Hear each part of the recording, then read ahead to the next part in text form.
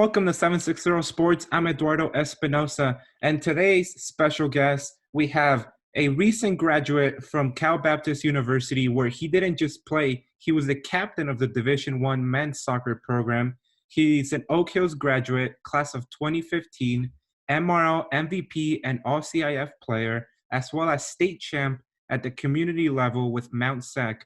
Victor Aguirre, thank you for joining us. Thanks for having me. We've talked, it was almost about a year ago where we talked the first time. What has changed since then? Everything's changed. So since then, I've graduated school. I had a trial for a pro team in Tamaulipas, Mexico, that I went on after doing a combine like in early December. And yeah, I live back in the high desert now. So a ton's changed for me, and I'm just trying my best to adjust. What pro player would you compare as your playing style? Oh, I like to think of myself as like a hybrid, I guess.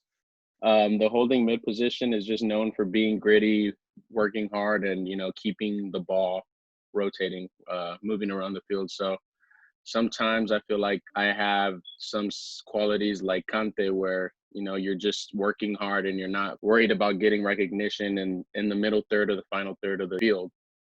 Most of my work is done just covering zones, covering passing lanes, making sure people don't have enough space. So I'd say in that sense, Kante, but I also like to, be offensive and attack when I have the chance. So I don't know. I'd like to think company or something like that. I know he might swap in as center back sometimes, but depends. Can you tell us a bit more about that experience at Cal Baptist and what it was like playing D1 ball? It was a really fortunate experience. I'm super glad I got to be a part of that. It really helped shape me and mold me into, the connections I have today. And it just gave me a new outlet of opportunities on and off the field. It just seems like good things keep coming. Before you went to Cal Baptist, let's remind everyone that you first attended Mount Sac, where you were very successful. How did it change from going to high school to now playing community level? And how did that experience, winning the state championship, help you to play Division I soccer? Playing at Mount Sac was a lot different from playing high school. So the players were just more developed. Mount Sac is just known as a national powerhouse for soccer. So I was playing with a lot of high-level players, either from local academies like LA Galaxy, Golden State, Chivas USA. So it helped me grow as a player, and it was just a really tough adjustment, especially since I was commuting from Hesperia. I think it was like an hour and a half on a good day, not counting those bad traffic days. So just a grind. Can't explain it more than that. I think I had like a 7 a.m. English class. So I'd be out of here like at 5 in the morning, sometimes 4:30 in the morning. And then on top of that, had 3 more classes, then a training session. And then I'd have to come back in rush hour traffic. And yeah, it was just a really long year, but it was really worth it after we won conference, regionals, and state. You were one of the first few classes to graduate from Oak Hills High School. How would you describe your experience in high school? I attended Hesperia High for my first few years, and I loved it, but I was looking for more of a challenge on the field. So I decided to transfer, knowing Darren Goodman beforehand. He was a club coach of mine, so he was a soccer coach at Oak Hills. So I decided to kind of become his player again, and it was great.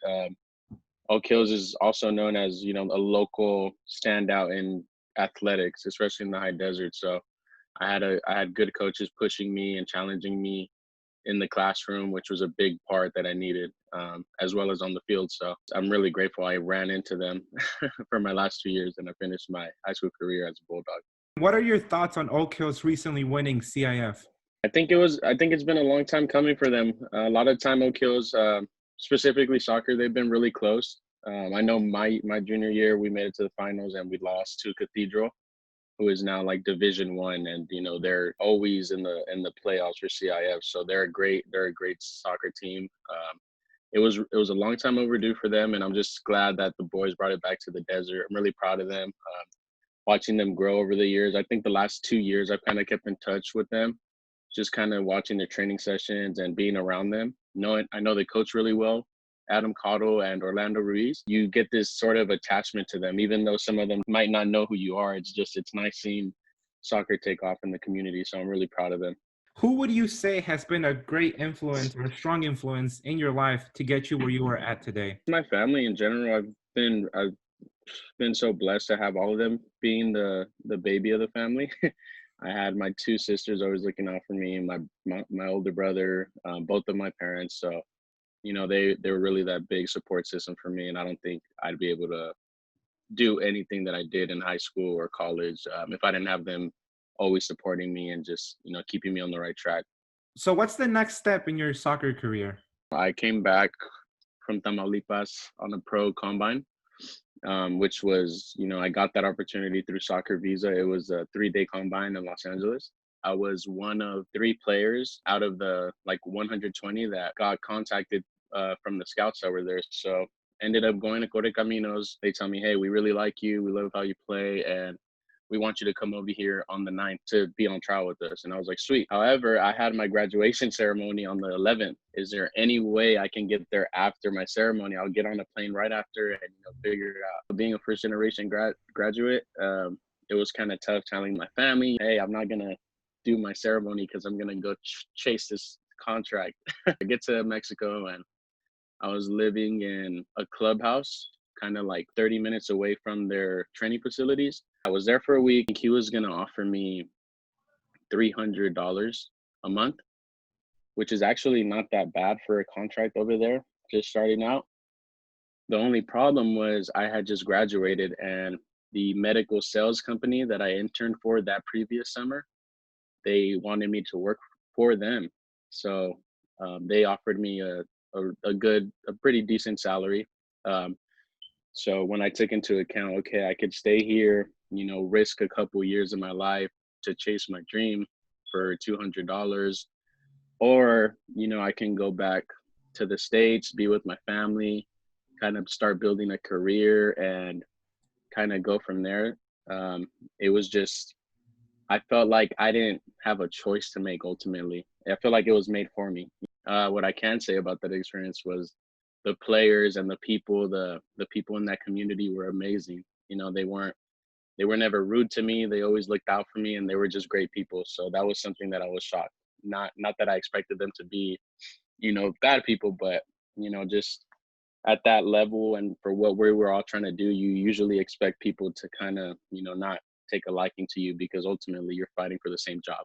You have any words for any soccer players that are coming up through the various high schools of the high desert? It doesn't matter where you're at right now. It just matters where you're going to be tomorrow. So, you don't have to be a standout player right now. You don't have to be worried about scoring a goal every game. You don't have to be worried about scouts contacting you. It's much deeper than that. If you have a solid work ethic, you surround yourself with the right people that are trying to accomplish the same things as you, and you just take advantage of your resources, I think you'll get what's due for you. Very interesting talk. Thank you, Victor, for talking to me once again. Where can we find you at? I have an Instagram. It's at Chibolo, CheeBolo. That's kind of where I'm most active, even though I don't post a ton. Same thing for Twitter. It's the same @name. Any other soccer players that have any questions about, the college process in general, like the NCAA clearinghouse, how to contact coaches, putting together a highlight tape, I'd love to be an asset to anyone who needs that type of help, because I know how challenging it could be if you're a first generation college student or, just someone that's trying to break into the college athletics in general. So yeah, I'd love to help anyone. If you guys need, so you can contact Eduardo for my number, and yeah, we'll go from there.